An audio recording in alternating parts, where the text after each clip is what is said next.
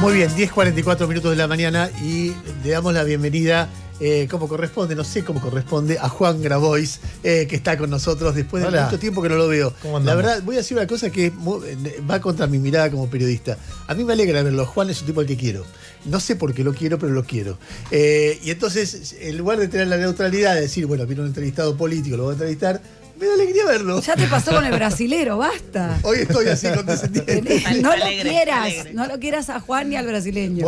¿Lo merece o no lo merece? ¿Vos qué decís? Juan sí. Juan sí. Lo queremos. Hace 2 meses que no habla. No es, así que lo estoy esperando. ¿Merece que lo querramos? ¿Lo querés o no? Sí. ¿Vos, Garba, qué decís? Sí, me queda simpático. Bueno, espectacular, gané tenés las elecciones. Qué querido. Aparte tenés todo el arco No, político no sé, acá, cariño, no sé si da para Y eso votar. que Garba es gorila. Ya que haya cariño, sea por mí o por quien sea, es un montón. Es un montón. En este momento histórico, querer a alguien es un montón.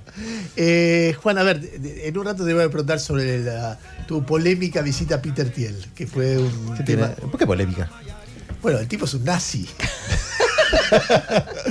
Es más complejo, pero bueno, lo discutimos después. No, contámelo, a ver. No, arrancá con lo que ibas a primero arrancar. quiero ver, hace rato que vos nos das una entrevista Sí. y quería preguntarte tu mirada sobre el país, qué es lo que está pasando ahora. A ver, ¿Qué es lo ¿por que ves? ¿por qué no doy una entrevista? ¿O por qué, de hecho, no publiqué en redes casi en 2 meses?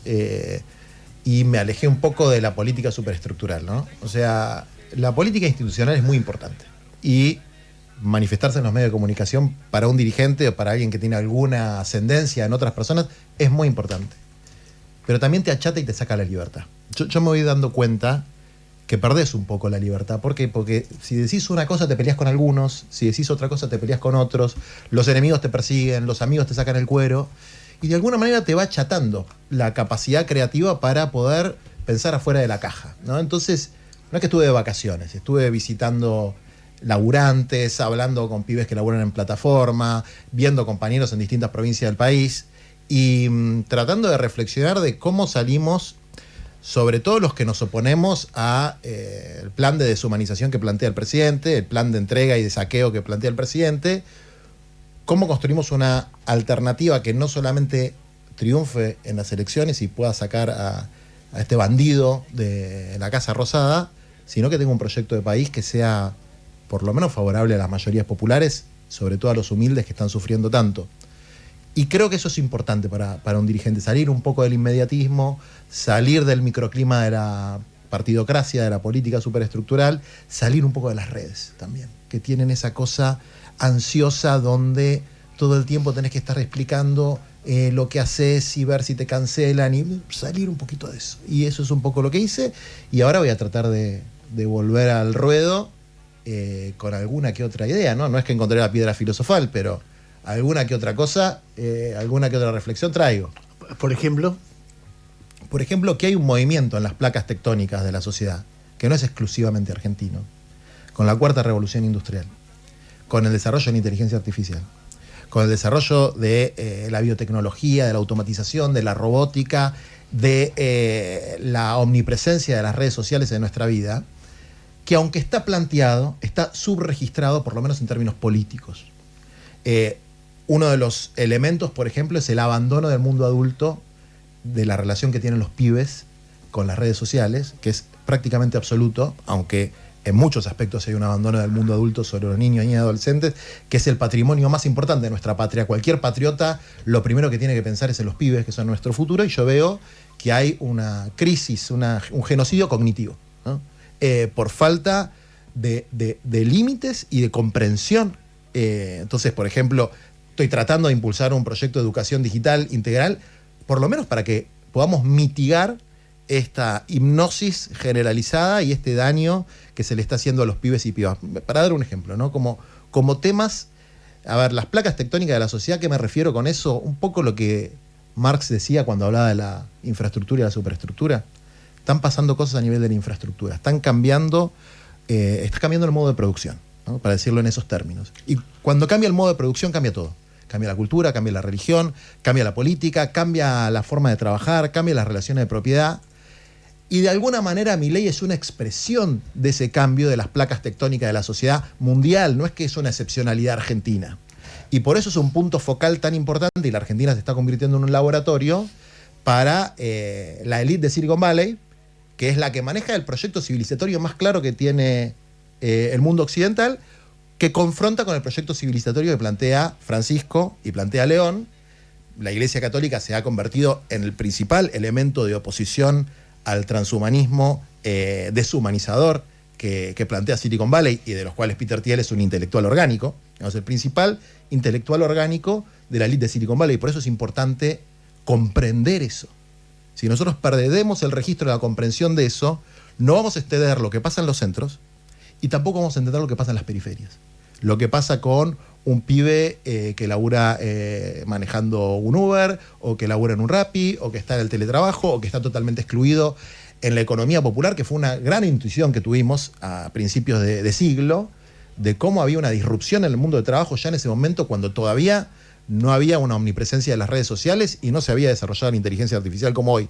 Entonces, registrar la profundidad de los cambios, ver que de un lado hay cruzados fanáticos, ¿no? Que es, hay un elemento de una cruzada existencial y geopolítica en la élite de Silicon Valley, y que la Argentina se ha convertido en un laboratorio. Se está convirtiendo en un laboratorio de eso. Hay otros, Honduras, por ejemplo, que tiene zonas liberadas para experimentaciones totalmente inaceptables. Bueno, la Argentina, por ejemplo, el RIGI, el super RIGI, es parte de eso. Es parte de eso. El problema no es solamente... O la ley de inviolabilidad de propiedad privada. Es un combo de saqueo y de entrega, pero que además tiene un componente adicional, que es habilitar zonas liberadas para procesos de desarrollo tecnológico ilimitados, sin marcos éticos, totalmente desregulados, que no se pueden hacer en otros países. Entonces, a mí me preocupa que le den 30 años de excepciones impositivas, sí. Que le hagan una prórroga de jurisdicción para que los juicios los puedan hacer en Estados Unidos, que es una entrega absoluta, sí. Pero también me preocupa qué es lo que van a hacer ahí. ¿Van a desarrollar drones para matar niños en Medio Oriente? ¿Van a desarrollar data centers para procesar sistemas de inteligencia artificial que nos vigilen a todos nosotros?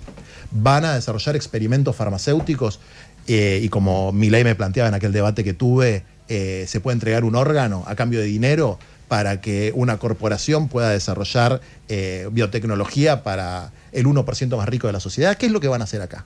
¿No? Bueno, la Argentina se está convirtiendo en la cabecera de playa del transhumanismo y el aceleracionismo y estas ideas que nosotros combatimos, ¿no?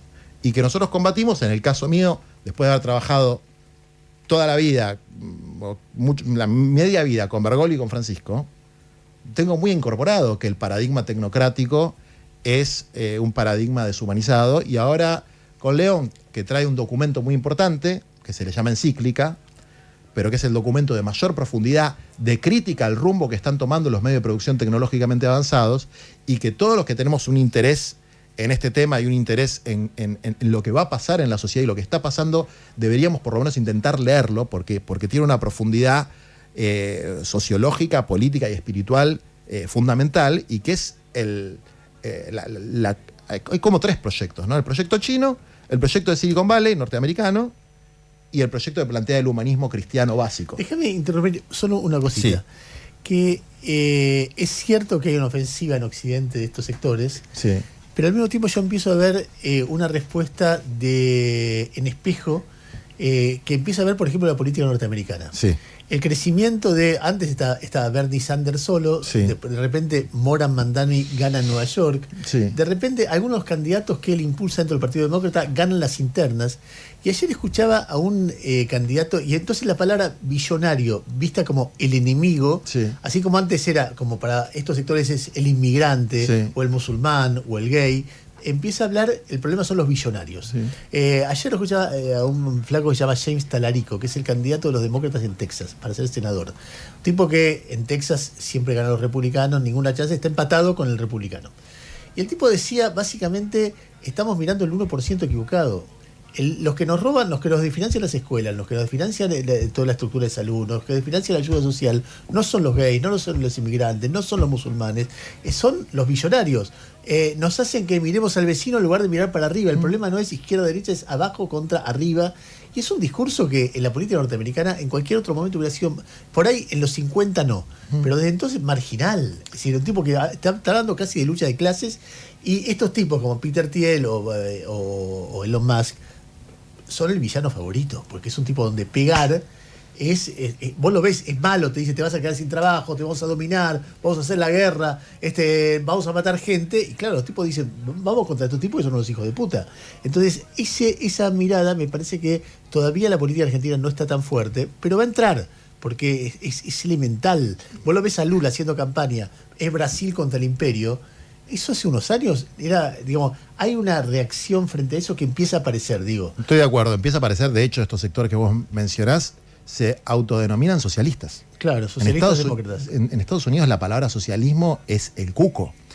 Y vos fíjate que en la batalla cultural, de alguna manera, cuando se empezó a plantear desde la ultraderecha que el enemigo era el comunismo, y vos decías, pero pará, papá, ya pasó la Guerra Fría. Bueno, a ver, yo no digo que va a haber un retorno a las ideas comunistas, pero sí hay ideas más asociadas a la socialización de los beneficios que genera el desarrollo tecnológico, que es básicamente la élite económica. Hoy es casi equivalente a decir la élite económica. Si vos ves las primeras 10 empresas, son todas empresas tecnológicas. Si vos ves los patrimonios personales más altos del mundo, son patrimonios tecnológicos. Elon Musk tiene como patrimonio personal un PBI medio de la Argentina, y su empresa son 46 PBI de la Argentina. Son niveles de concentración inéditos en la historia de la humanidad. Y por otro lado, vos ves situaciones de exclusión que se dan en los países periféricos, pero también en los países centrales. Es decir, en Estados Unidos hay niveles de degradación humana muy potentes, y en términos económicos también, y en términos de personas sin vivienda también. Entonces, esa reacción que está habiendo es una reacción similar también desde mi punto de vista, volviendo a lo de las placas tectónicas, a la que hubo durante la primera y segunda revolución industrial, que fue una catástrofe social. Fue un elemento también de prácticamente de esclavitud para millones de personas, de niños que trabajaban 14 horas en las fábricas, 16 horas en las fábricas.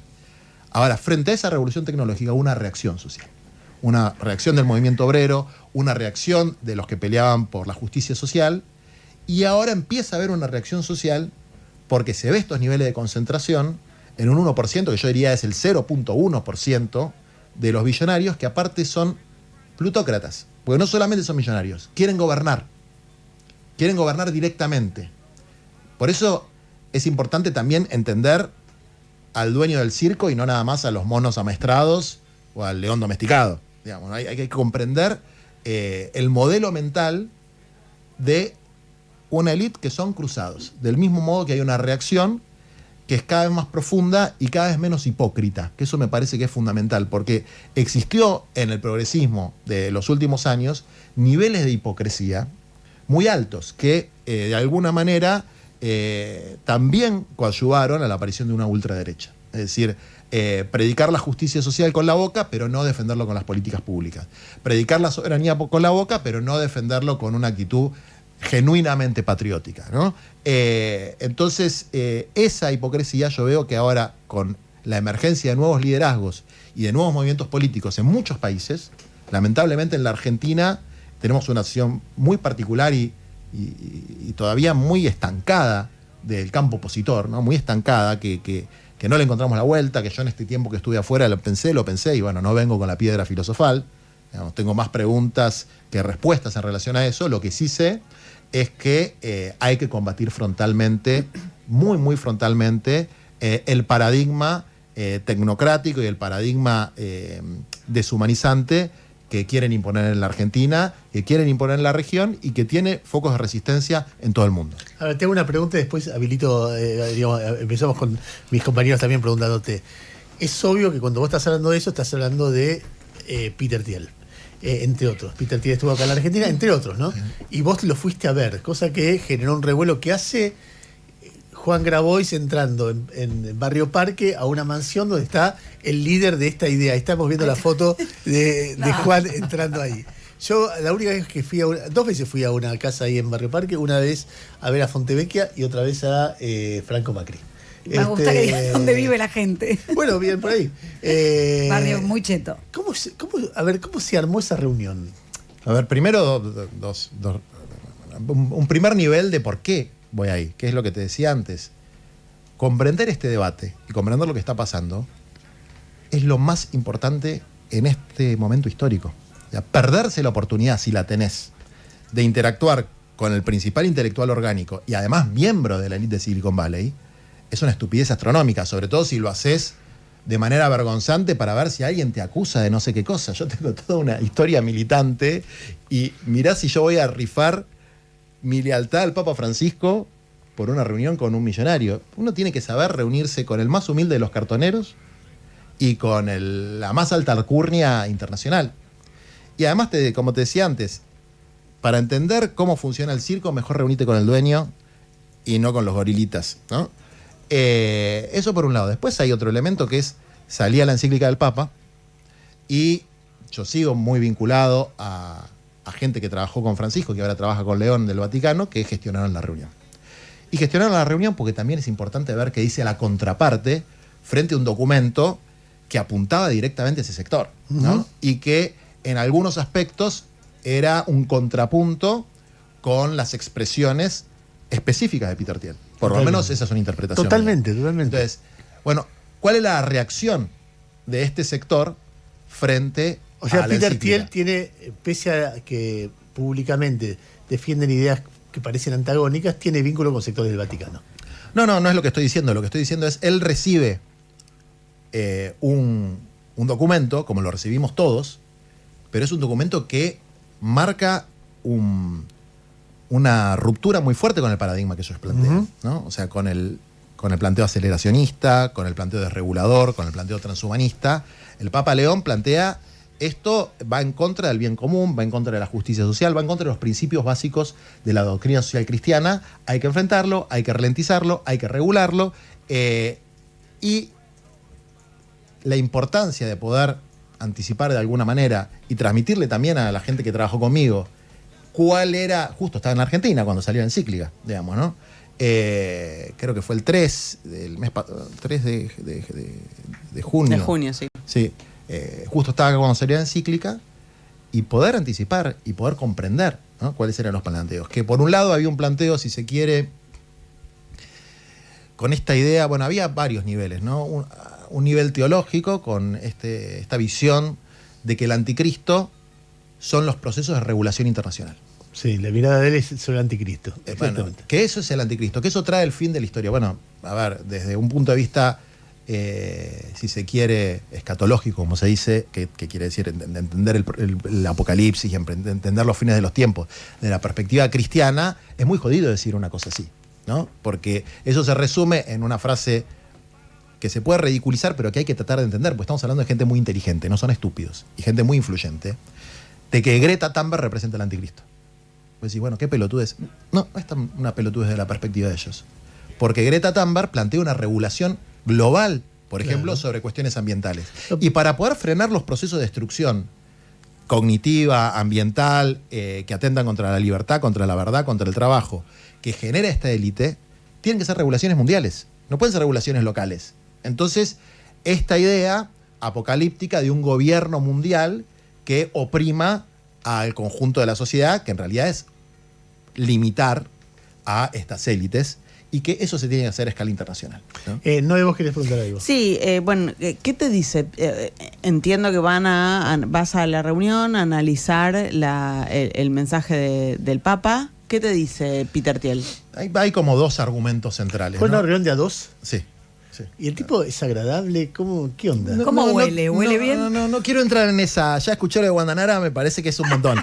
Hablemos de los elementos conceptuales. Entonces, pero hay algo humano que te da... Queremos saber cómo es como humano. A todos nos corre sangre por las venas. Está bien, pero vos fuiste vestido así. A todos nos corre sangre por las ¿Él venas. estaba vestido mejor? No, boludeces no, tampoco. A ver. ¿Cómo a todos nos corre sangre por la? ¿Qué respuesta es esa? Que todos somos seres humanos. Y todos somos gente Pero somos frágil. distintos seres humanos. Somos gente frágil, con limitaciones, con maldad, con bondad, con inteligencia, Bien, con eso estupidez. sobre todos, pero él, particularmente él. Pero No yo vas a contar nada de temas de él. personales no, porque ¿Qué comieron? porque te... Me estás desconcentrando. Estoy hablando de cosas importantes. ¿No puedes hablar de las Ernesto. dos cosas? No puedo Hay hablar algo de de las la dos crónica cosas. de la reunión. No, lo de color no, olvídate. Bueno, espera. Olvídate. Le quiero contestar a la compañera que hizo una pregunta muy importante, 3 horas. 3 horas, perfecto. Hizo una pregunta muy importante, que es cuál es la reacción frente a esto. El primer elemento es que es muy jodido, que es negar el derecho de los pueblos, de los estados, a poner límites. Por eso digo que Argentina puede ser una cabecera de playa para el desarrollo ilimitado del poder de estos sectores, digamos, la experimentación ilimitada, ¿no? Entonces, esta incapacidad para comprender la importancia de los límites, que muchas veces dice la encíclica, la humanidad creció a partir de los límites, ¿no? Se fortaleció a partir de los límites. Y cuando no hay límites, sobre todo el poder no tiene límites, bueno, empieza a haber una... Entonces, pero él planteaba muy insistentemente que la imposición de esos límites lo que generaba un estancamiento en el desarrollo de la sociedad, que impedía, por ejemplo, avances en la medicina, o avances en la exploración espacial, o avances en la tecnología de todo tipo. Que cualquier regulación en ese sentido privaba a la humanidad de su desarrollo y su evolución natural, ¿no? Eso deriva en el transhumanismo, que es intentar trascender los límites biológicos del ser humano y crear una cosa que tiene un punto de comparación con la idea de, una suerte de raza superior, pero a partir de la hibridación con la tecnología. Y estas son cosas que no son de ciencia ficción, están viniendo. ¿En ningún momento te aceptó la posibilidad de que el crecimiento de la inteligencia artificial tenga límites, sea limitado, sea regulado? En ningún momento de las 3 horas dijo, bueno, por ahí tenés un punto. No, porque hay una... Insisto, ellos son cruzados existenciales con este tema, ¿no? Y después hay algo que es un argumento que tiene una validez, yo creo que es un subterfugio, que es el argumento de que no se puede analizar este proceso de manera unilateral, como si no existiera China. Entonces, que al haber una encíclica del Papa planteando una regulación, esa regulación va a tener influencia en Occidente. Cuando el Papa hace la presentación de la encíclica, lo hace con diría, la empresa hoy más importante de inteligencia artificial, que es Anthropic, que es muy superior en importancia a las empresas de Peter Thiel. Que es Palantir.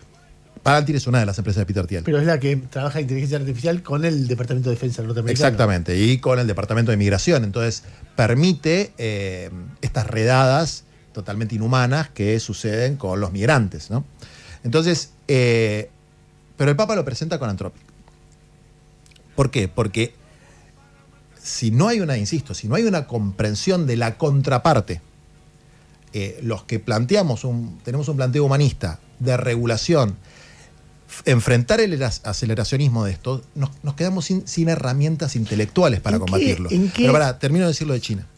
Porque yo decía que hay 2 proyectos civilizatorios. Bueno, hay un tercer proyecto civilizatorio, que es el proyecto chino, donde el desarrollo de la inteligencia artificial, paradójicamente, es de código abierto, no de código cerrado.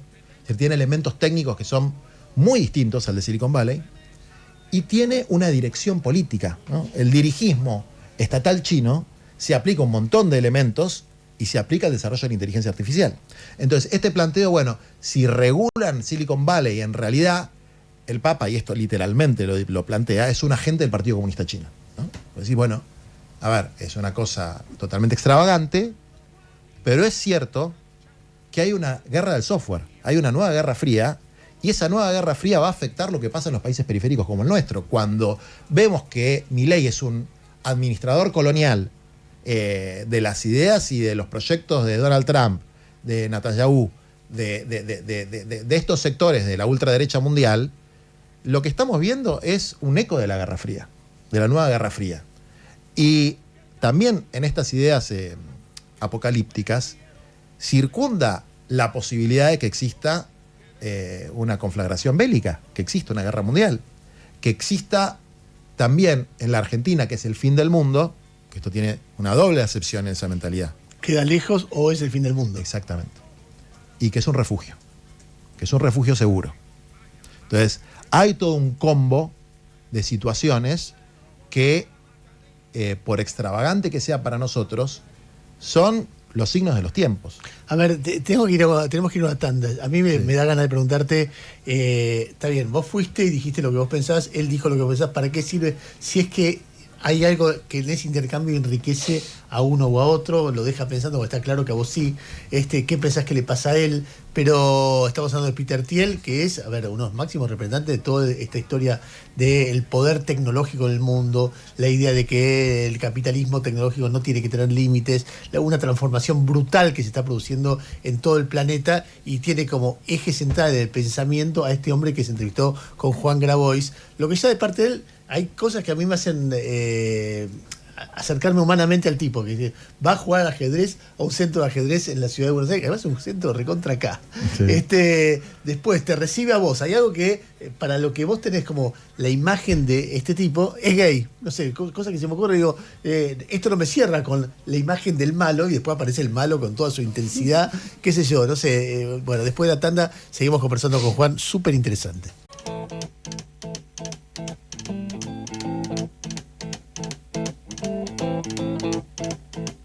Rumors spreading round United Texas town. 15 minutos pasaron de las 11 de la mañana, la temperatura, Garba.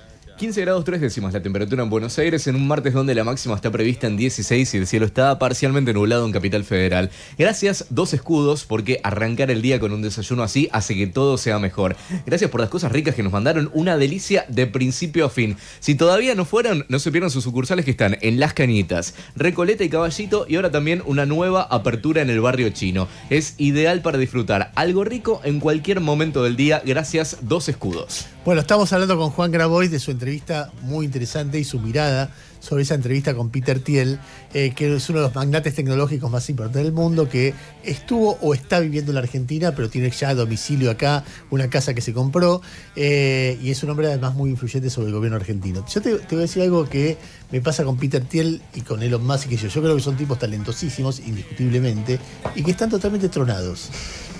Hay un reportaje en el New York Times donde Peter Thiel cuenta el siguiente diálogo con Elon Musk, que a mí me dejó pero choqueado por el nivel de demencia. Peter Thiel dice que Elon Musk le había dicho que... Peter Thiel le dice a Elon Musk, cuenta que le dice a Elon Musk antes de la elección que gana Trump, que si Trump no ganaba, él se iba a ir de Estados Unidos. Entonces Elon Musk le dice, no hay ningún lugar a donde podamos ir y estar seguros. O sea, ellos dos, ¿no? Entonces Peter Thiel se queda pensando, él lo cuenta, dice, esto debe querer decir que Elon abandonó el proyecto de Marte. De Marte, sí. Entonces dice, porque el proyecto de Marte no era solamente que la humanidad llegara a otro planeta, sino que en ese planeta seamos libres. Entonces lo llamé, dice Peter Thiel, a Musk, y le dije, che, Elon, ¿abandonaste el proyecto de Marte? Sí, porque la inteligencia artificial progresista de Biden nos va a perseguir hasta Marte. Es un diálogo de dos dementes paranoicos.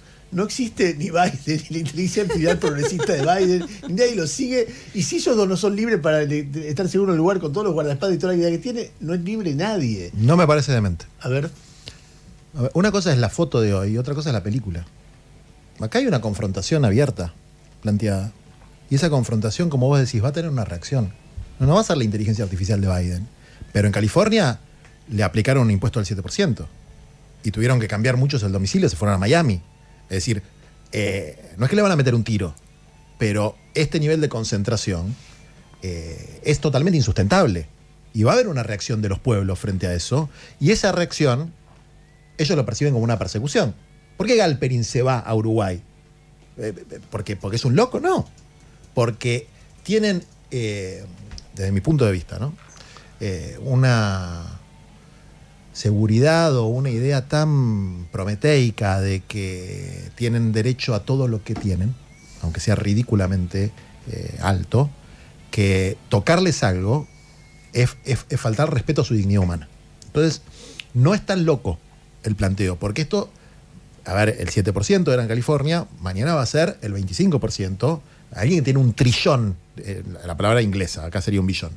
Un trillón. O sea, 1 millón de millones de dólares. 1 millón de millones. Para Argentina sería 1 billón, para los yanquis es un trillón. Son cifras que nosotros no tenemos capacidad cognitiva para imaginar la cantidad de ceros que hay. Son cifras ridículas. Eso no es sustentable. Va a haber una reacción de los pueblos y va a haber, o van a triunfar ellos y van a ser los amos del planeta, o va a haber regulaciones y va a haber una reforma impositiva mundial que va a impedir que tengan estos niveles de concentración. porque si no, no es sustentable la humanidad. Entonces, me parece natural que se preocupen. De hecho, es probable, como vos bien decías, que la punta de lanza de eso se dé en Estados Unidos, que se dé en el corazón del imperio, estas transformaciones, ¿no? Así que no me parece un delirio. Lo que me parece es que nosotros no somos conscientes de la gravedad y la profundidad de los cambios que están existiendo y que no somos conscientes de que existe una guerra mundial en cuotas, como decía Francisco. Esa guerra a veces es abierta, con bombas, con drones, con inteligencia artificial aplicada a eso, y a veces es una batalla cultural que va a tener una consecuencia física, porque va a tener una consecuencia en el futuro. Y nosotros que nos estamos preparando para gobernar, nosotros queremos gobernar este país, queremos unir Latinoamérica, queremos que Latinoamérica sea un polo lo suficientemente poderoso para poder tener una soberanía efectiva sobre sus bienes estratégicos y encontrar el bien común para nuestros pueblos.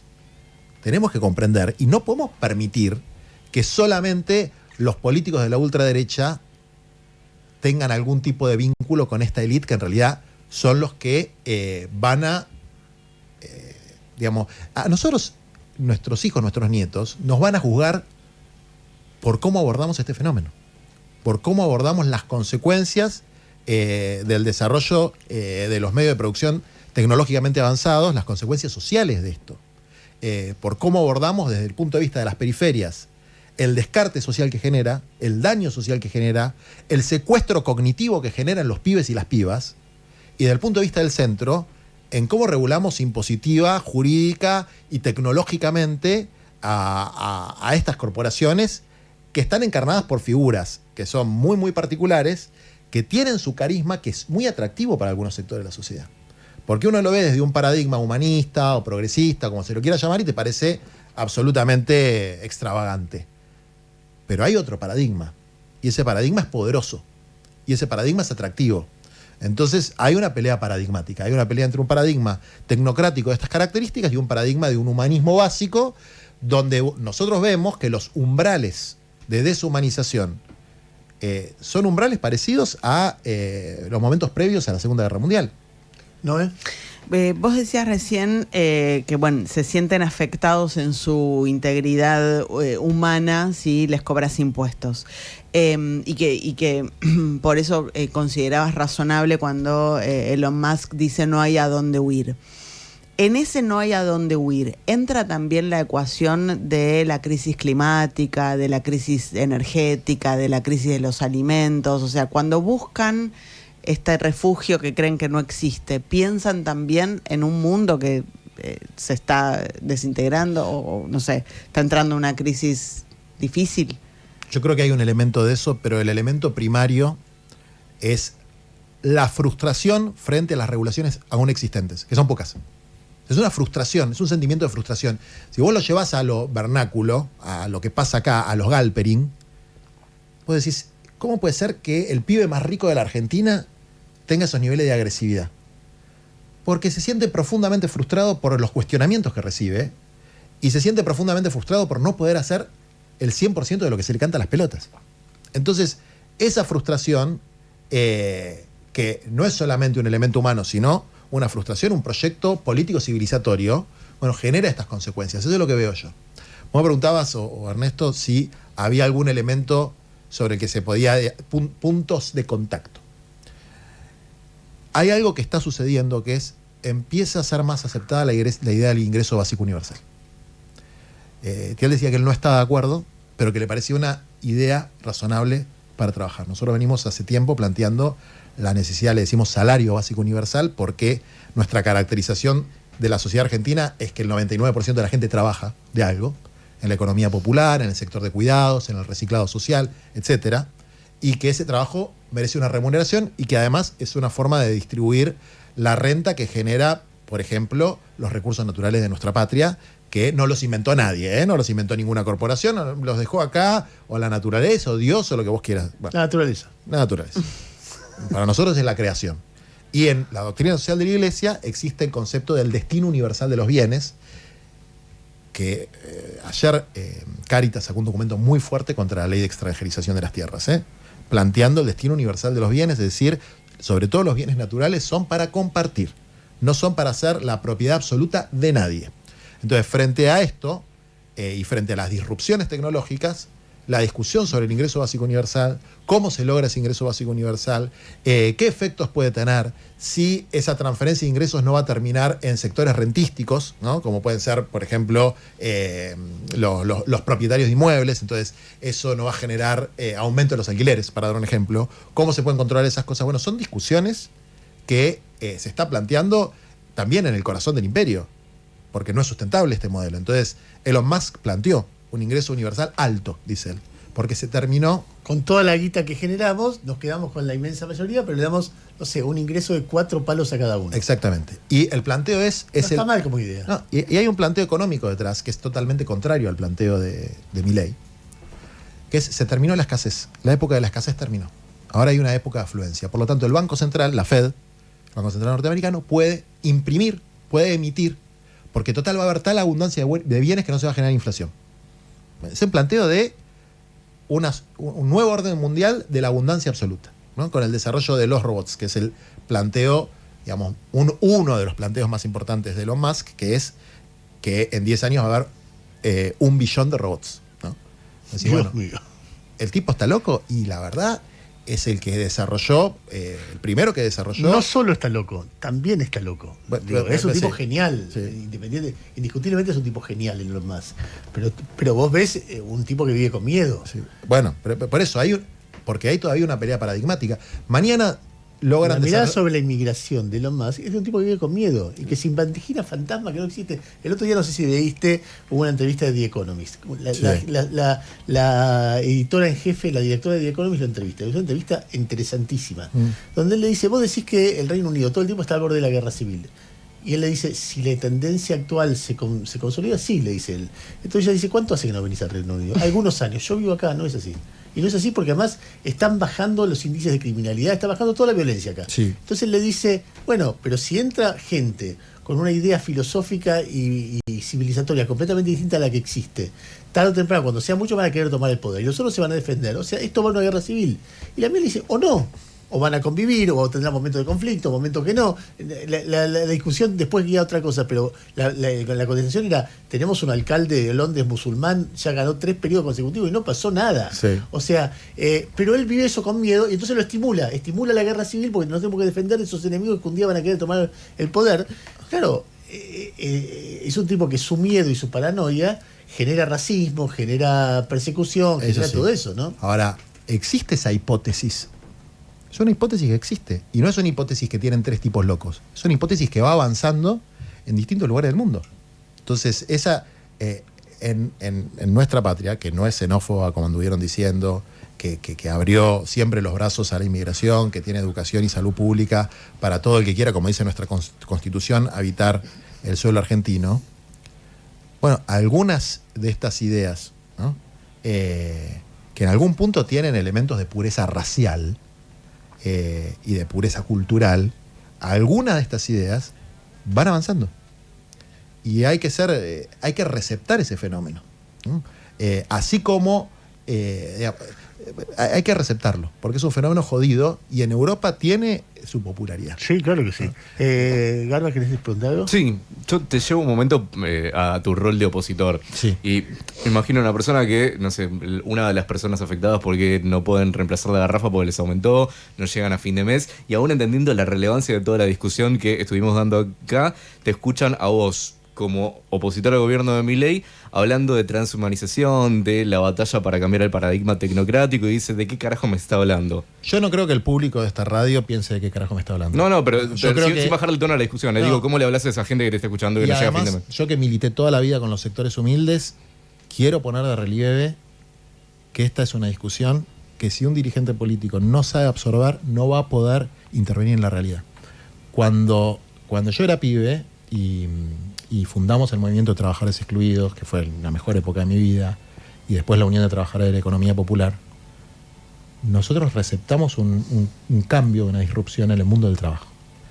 Existía el movimiento de desocupados, y nosotros veíamos, acá no hay un problema de desocupados, porque el desocupado era alguien que no se ocupa de nada, esperando recibir un empleo formal, ¿no? los YPFianos, ¿no? Los piqueteros de Tartagal o los fogoneros de Cutralcó. Bueno, no va a volver a abrir, no van a volver a abrir todas las fábricas y a haber una demanda de trabajo extraordinaria. No va a suceder eso.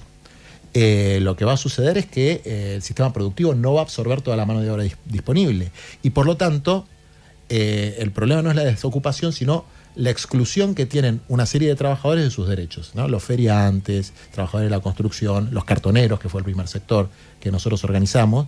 Entonces, ¿cómo dotar a eso de derecho y de dignidad? Y desarrollamos un proyecto nacional vinculado a eso que permitió la creación de miles de cooperativas que son fuertemente atacadas por este modelo, porque en la mentalidad del gobierno de Milei,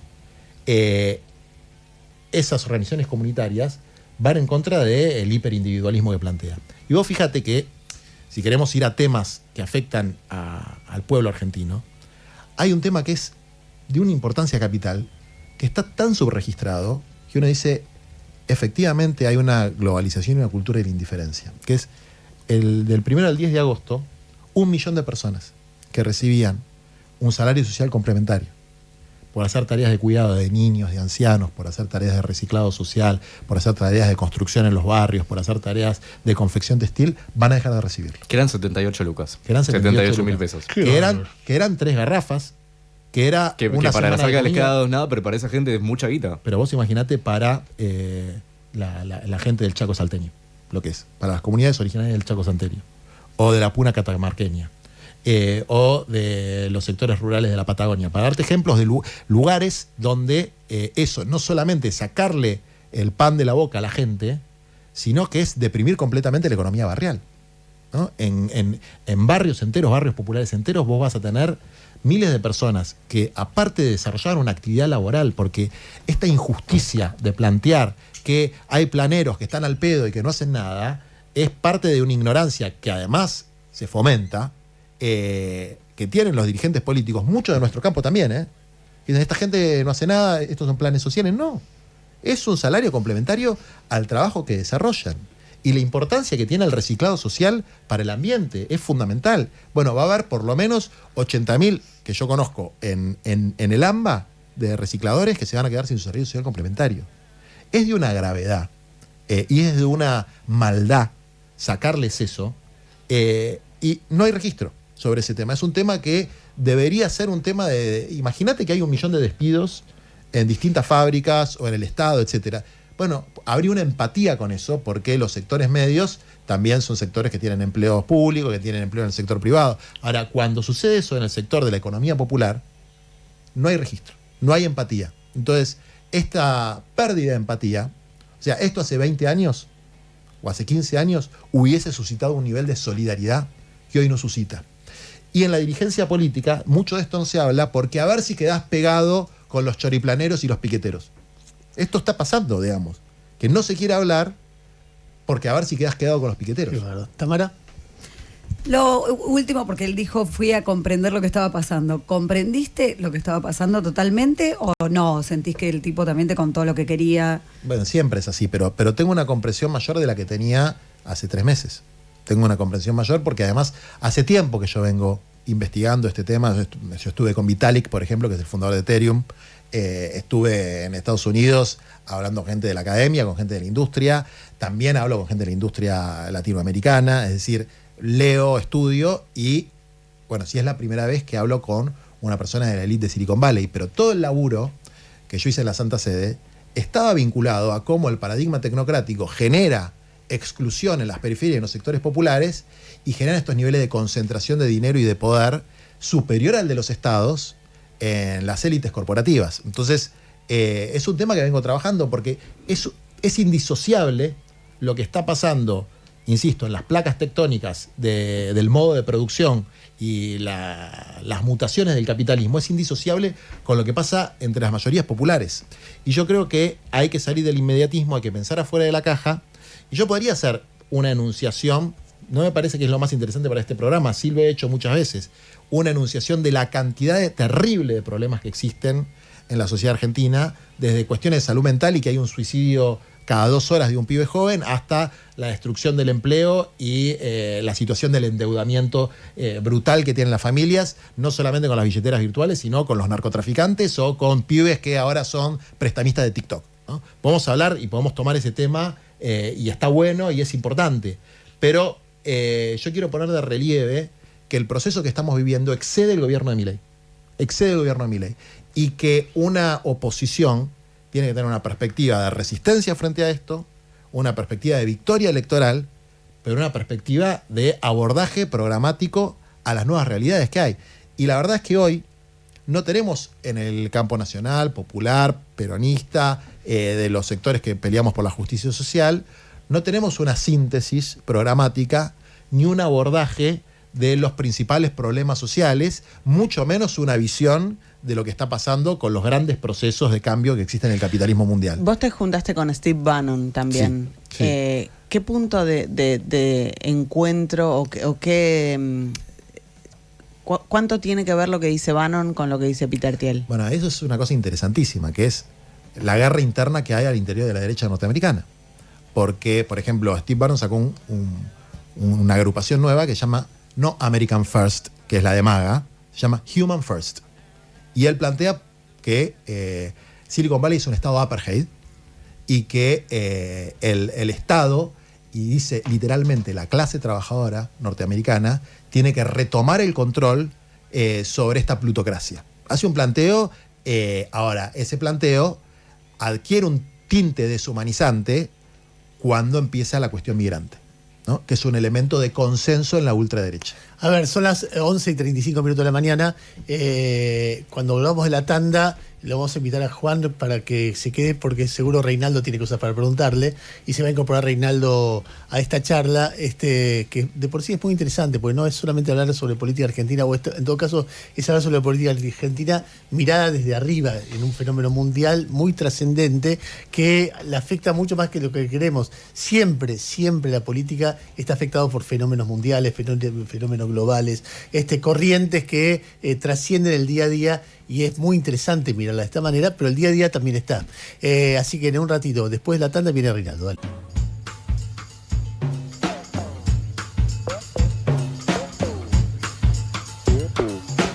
44 minutos pasados de las 11 de la mañana, está Reinaldo con nosotros. Rey, bienvenido. Hola, muy bien, buen día. Juan Grabois. Juan Grabois, hacía rato no hablaba con Juan, hacía rato, así que es un gran logro periodístico la producción de Ernesto. Sí, es Luisa que lo torturó. Que lo internó para que venga. Bueno, siempre es interesante escucharlo. Hablaron bastante de la reunión con Peter Thiel y todo esto. Yo te quiero preguntar más por el peronismo, ¿no? Porque, a ver, uno viene viendo algunas encuestas que al gobierno no le dan lo bien que espera, por llamarlo de alguna manera. Para mí no le dan tan mal, dado el paisaje socioeconómico que vive la Argentina, pero al gobierno no lo conforma. El índice de confianza que salió ayer de la Universidad de Itela es un dato de alerta. Pero aún así da toda la sensación de que Milei tiene chances de ser reelecto. Y en gran medida, y esto coinciden casi todos los analistas, es por la falta de una alternativa potente del otro lado. No sé cómo definirlo, si es potente, si es creíble, si es atractiva, pero bueno, quizás todo de eso un poco. Y en gran medida, cuando uno dice esto, piensa en el peronismo, que es el principal partido de oposición. ¿Por qué? Si tuviera la respuesta, estaría resolviendo el problema. No la tengo, la respuesta. Tengo intuiciones. Hay una que es... hay que sentir lo grave que es la existencia de una ultraderecha en el gobierno en la Argentina y en la región. Hay que sentirlo. Es decir, todo tiene que estar supeditado a evitar que esta deshumanización siga avanzando. Y eso no está sucediendo, ¿no? Entonces, en general... Cuando vos decís, perdóname que te interrumpa, cuando decís no lo sienten, ¿te referís a la dirigencia, a la gente? No, a la dirigencia. A la dirigencia. No está sintiendo, no está percibiendo, porque salvo el caso de Cristina, que hay que entender la gravedad institucional de que la principal dirigente de la oposición, 2 veces presidenta, gran electora, esté presa e inhabilitada. Eso desordena todo, ¿no? Y eso es algo que no le encontramos el agujero al mate de cómo resolverlo. Y hay que entender también que la persona con mejor posicionada, que es el gobernador Axel Kicillof, para ser un candidato presidencial nuestro, porque es el mejor posicionado, te guste o no te guste, no importa. Tiene un año y pico muy jodido por delante. Muy jodido, pagar sueldos, que no se te caiga a pedazos la provincia. Es decir, hay una situación compleja también para... también es como cuando vos tenés saturada la capacidad cognitiva porque estás en la lucha por la subsistencia. Bueno, hay un poco de saturación. Yo que estuve 1 mes y medio, casi 2, sin meterme en el debate de lo inmediato, me doy cuenta del nivel de saturación que tengo yo. Que todos los días, y yo creo que es una estrategia, el gobierno te abre frentes y escándalos. Entonces hay que estar todo el tiempo atrás de los frentes y escándalos del gobierno. Sumado al terrorismo psicológico que realiza, de la intimidación que realiza, que hablábamos afuera del aire, el caso de lo que le pasó a Mendiguren.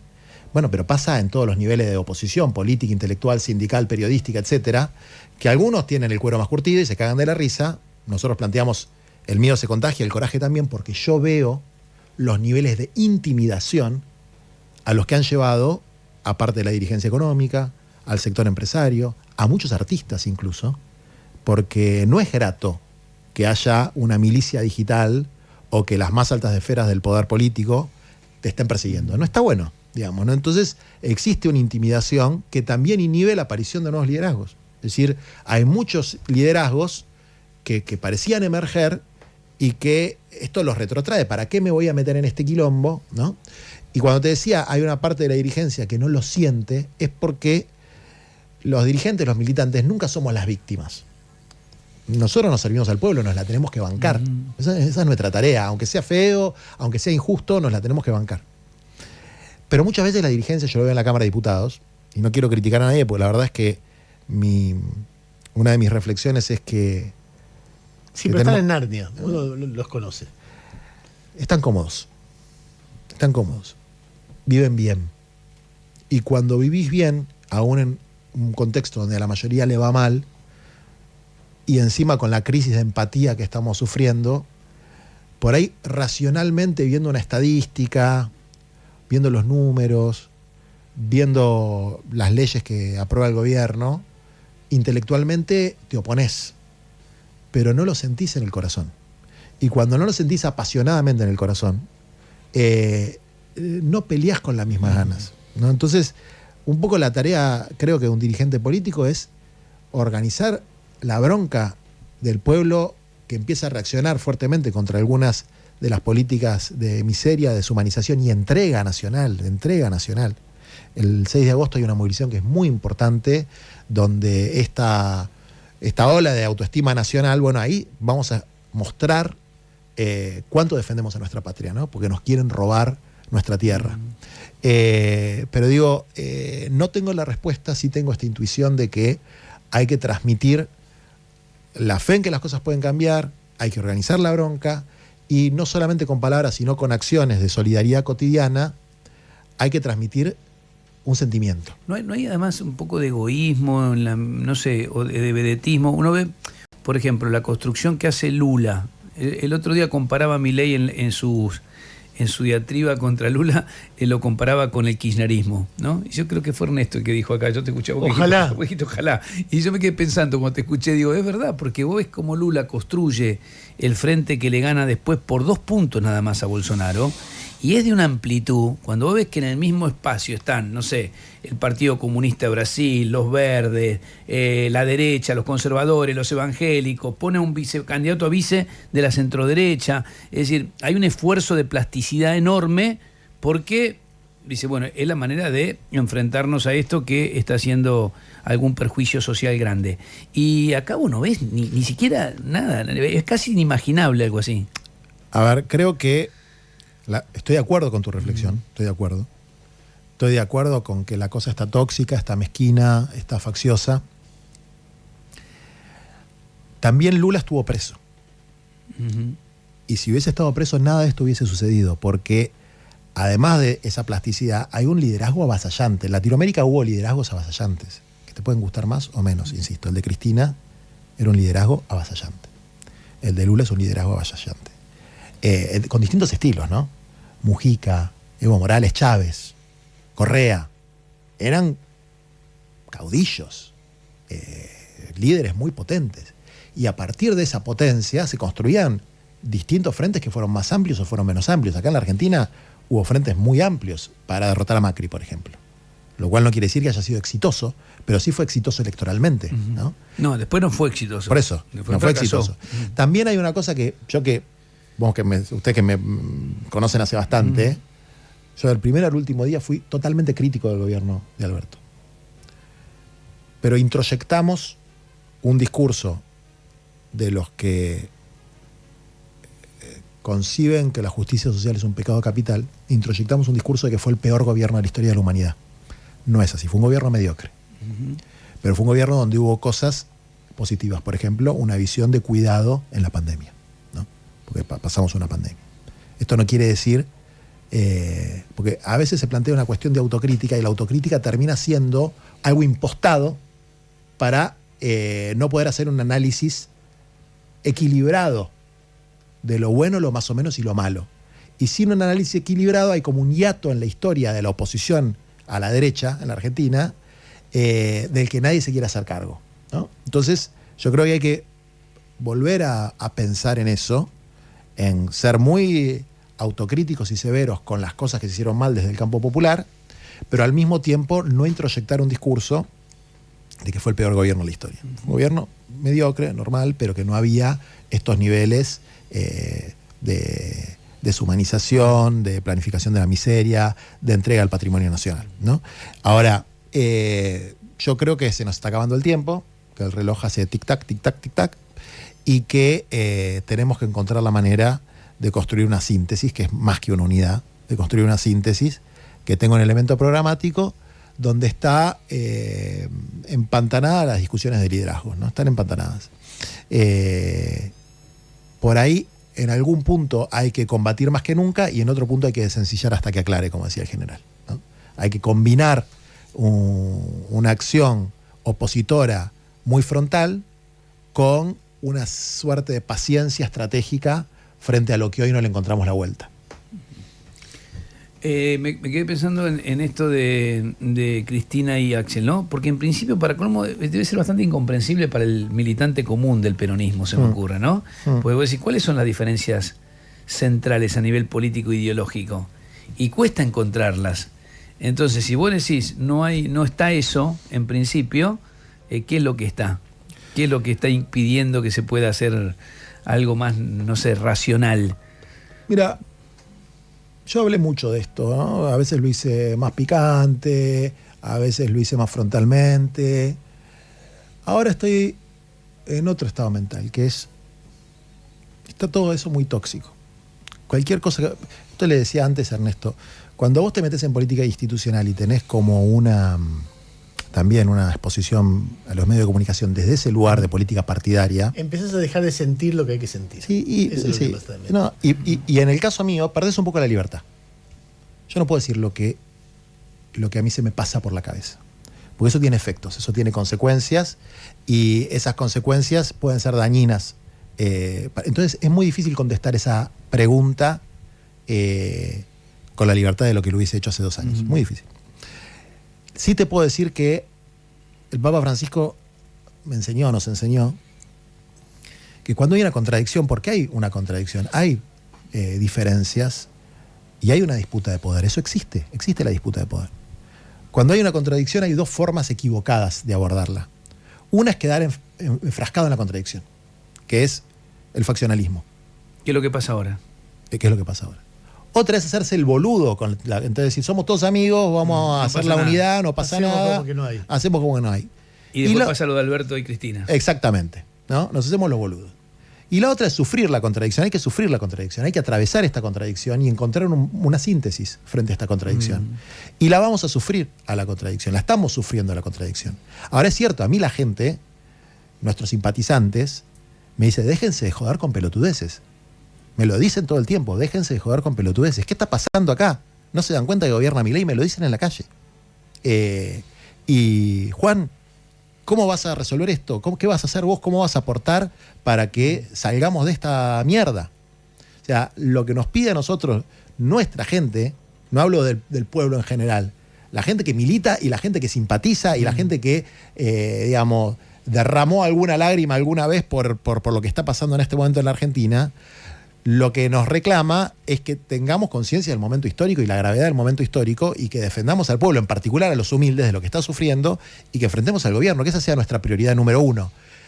Hoy pareciera ser que no podemos asumir eso y por lo menos en lo que a mí me toca, en público, en privado, voy a tratar de contribuir a eso, a que asumamos que hay una situación muy, muy grave y que la está sufriendo mucha gente. Cuando yo contaba hoy que a 1 millón de personas le van a sacar su salario complementario con el que laburaba en un comedor, en un bachillerato popular, en el reciclado, en el sector textil, etcétera, que le servía como complemento de ingresos, se lo van a sacar y parece ser que a la dirigencia política le importa un huevo. Bueno, ahí hay un elemento que a mí me parece grave, que es esto de no sentir como propia la injusticia que está sufriendo nuestro pueblo. Son las 11:57, tenemos que cerrar, empieza la inmensa minoría. Así es. Así que gracias Rey, gracias Juan por haber venido. Juan Grabois estuvo con nosotros. Está chiviando el libro La felicidad del pueblo, apuntes ilustrados, son apuntes de Juan Grabois, ilustrados por Daniel Santoro, que es uno de los grandes artistas de la Argentina, un artista claramente identificado con el peronismo. Así que está buenísimo. Si pueden, búsquenlo, seguramente es muy interesante. Bueno, al que lo vaya a leer se lo regalo. Dale. Pero al que lo vaya a leer, porque de nosotros dos sí. tenemos seguro. Yo lo tengo. ¿Lo tenés? Eso me lo da a mí, está bien. ¿Lo vas a leer? Pegale una leída. Voy a intentarlo, sí. Por lo menos mirá los dibujos que están espectaculares. A mí me encanta Santoro. Me da mucha curiosidad el título. Ok, bueno. 11:58. La felicidad del pueblo y la grandeza de la nación. Eso es por lo que peleamos. Quédense, ya viene la inmensa minoría.